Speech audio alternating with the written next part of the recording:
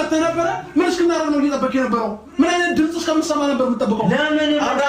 የኔም ጥያቄ ይሄ ነው። ውስጥ ከነበሩ 30 ደቂቃ ብሎ 30 ደቂቃ ሙሉ ምን እስኪያደርጉ ነበር የጠበቀው? በ30 ደቂቃ ውስጥ ምንም ካልተፈጠረ ምን እስኪፈጠር ነበር ሲጠብቁ የነበሩት? እነሱ ፈተናውን ያዘጋጁት ፈተና አዘጋጀን አሉ እንጂ ምንም አይነት ፈተና አላዘጋጁም። በቃ ሩታ ትመጣለች እዚህ ጋር የሚፈጠረውን ነገር ፈልገውት ነው ይሄንን ነገር እንደዛ ያደረጉት ከሆነ አብርሃም ምንም የማታ ከሆነ እዚህ ውስጥ እንደምትለው እጅ ከሌለበት አንተ ሩታን ለማውራት ቀጥራት ባለህበት ሄርሜላ መጣች። ሄርሜላ እንዴት እንደመጣች የምታውቀው ነገር የለም።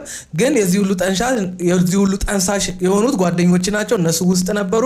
ምንም እኔ እንጃ እነሱ ውስጥ ራሱ ሆነው አንተ አለማወቅ ምንም አልተዋጠልኝም። ይሁን እንዳላችሁት ይሁንና በእናንተ ሐሳብ እንስማማና እንሂድ።